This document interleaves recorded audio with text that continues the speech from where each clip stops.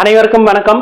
யார் இந்த விஜயகாந்த் தொடரில் இன்னைக்கு 16ஆம் பாகம் பார்க்க போறோம். இதுல நாம பார்க்க இருக்கிறது யாருன்னு பாத்தீங்கன்னா 1980களிலேயே மிகப்பெரிய பின்னணி குரல் கலைஞராக இருந்த ஹேமா மாலினி அப்படிங்கிறவரோட இளைய சகோதரரும் இன்றைய காலகட்டத்தில் தமிழ் திரையுலகில் தவிர்க்க முடியாத ஒரு குணச்சித்திர நடிகருமாக இருக்கும் திரு MS பாஸ்கர் அவர்களை பற்றி தான்.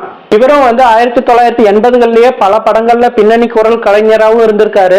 அதாவது விஜயகாந்த் அவர்கள் இனிக்கும் இளமைன்ற படத்துல கதாநாயகனா அறிமுகமானாலும் சட்டம் ஒரு இருட்டறைங்கிற S.A. சந்திரசேகர் சார் படத்தின் மூலமா தான் அவருக்கு ஒரு மாஸ் ஹீரோ, ஒரு நல்ல ஹீரோங்கிற அடையாளமே கிடைக்குது. அந்த படத்துல ஹேமா மாலினி விஜயகாந்த் அவர்களுக்கு அக்காவா நடித்த ஹீரோயினுக்கு டப்பிங் கொடுத்திருக்காங்க. அதே மாதிரி MS பாஸ்கர் அந்த படத்துல நடித்த 3 வில்லன்களில் ஒருவருக்கு பின்னணி குரல் கலைஞராக இருந்திருக்காரு. ஸோ அந்த கட்டத்திலேயே இவங்க 2 பேர்த்துக்குமே மிகப்பெரிய நட்பு உருவாகி இருக்குது. அப்ப இருந்தே இன்றைய வரையிலுமே விஜயகாந்தோட ஆபீஸ்ல, அதாவது ராஜாபாதர் ஸ்ட்ரீட்ல அவங்க ஆபீஸ் இருந்தப்போ அங்க போய் அவர் கூடவே சாப்பிட்டு அங்கேயே படுத்து தூங்கிட்டு இருந்திருக்கேன் அப்படின்னு சொல்றாரு. ஸோ அவர் அப்படி விஜயகாந்த் கூட பழகினால அவர் விஜயகாந்தோட டைரக்டர் S.A. சந்திரசேகரையும் சாரையும் மாமான்னு தான் கூப்பிடுவாராம். அதே மாதிரி சோபா மேடம் அக்கான்னு தான் ரொம்ப உரிமையோட கூப்பிட்டு அவங்க கிட்டையும் பேசிட்டு இருப்பான். ஸோ இவருக்கு மற்றவங்கெல்லாம் விஜயகாந்த் சாப்பாடு போடுறதுல அப்படி இப்படின்னு எல்லாருமே சொல்லிட்டு இருந்தாலுமே இவர் அதையவே மிகப்பெரிய விஷயமா ரசிச்சு சொல்றாரு. என்னன்னா இவரையே தனியா நிறைய சாப்பிட வச்சு அழகு பார்ப்பாரு அப்படின்னு சொல்லிட்டு அதுக்கு உதாரணமா ஒரு விஷயத்துல சொல்றாரு.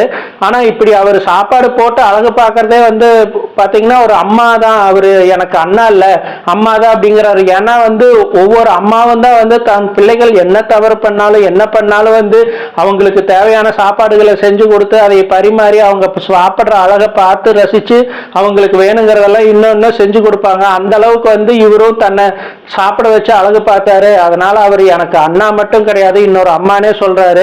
ஸோ அப்படி இருந்த விஜயகாந்த் இவரை எப்படி பார்த்துக்கிட்டாருன்றது ஒரு படத்தோட ஷூட்டிங் அப்ப நடந்த எக்ஸாம்பிளா வச்சு சொல்றாரு. என்னன்னு பாத்தீங்கன்னா டைரக்டர் பேரரசு டைரக்ஷன்ல விஜயகாந்தும் இவரும் ஒன்னா நடிச்ச படம் தான் தர்மபுரி. அந்த தர்மபுரி படத்துல 2 விஷயம் சொல்றாரு. ஒன்னு சாப்பாடு, இன்னொன்னு ஒரு காமெடி ஆக்டரா தான் கூட நடிச்சவருக்கு அவரோட ஹீரோ பொசிஷனை விட்டு கொடுத்து எப்படி இவரை எக்ஸ்போஸ் பண்ணி நடிக்க வச்சாரு அப்படிங்கிறது. ஸோ அந்த படத்துல பாத்தீங்கன்னா இவங்க 2 பேரும் இருக்கிற சீன்ஸ் எல்லாமே காமெடியா தான் இருக்கும்.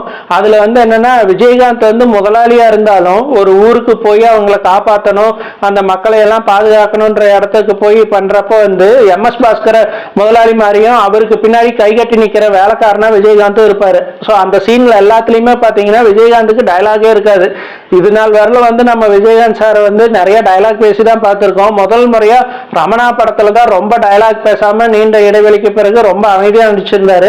அதற்கு பிறகு பாத்தீங்கன்னா இந்த படத்துல தான் இவர் டயலாக் பேசாம MS பாஸ்கர் சாரை நிறைய பேச வச்சு நடிக்க வச்சிருக்காரு. அது மட்டும் இல்லாம அந்த லஞ்ச் பிரேக்ல அவருக்கு வேணுங்கிறதெல்லாம் சாப்பாடெல்லாம் வெஜ்ஜு நான்வெஜ் எல்லாமே செஞ்சு போட்டுட்டு சாப்பிடுன்னு சாப்பிட வச்சு பார்த்துட்டு சாப்பிட்டதுக்கு அப்புறம் நீ இவ்வளவு சாப்பிட்டுருக்கல, இதெல்லாம் ஜீரணம் ஆகணும்னு சொல்லிட்டு ஒரு 1/2 லிட்டர் டம்ளர்ல ஒரு பாயசம் கொடுப்பாராம். இதையும் குடிய, அப்பதான் சீக்கிரம் ஜீரணம் ஆகும்னு சொல்லிட்டு இதையெல்லாம் சாப்பிட்டுட்டு நான் எங்கன்னே நடிக்க வர்றது அப்படின்னு கேட்டா, நீ பரவாயில்ல ஒன்றும் பிரச்சனை இல்லை, நீ சாப்பிட்டு கொஞ்ச நேரம் தூங்கு. எவ்வளவு நேரம் தூங்க?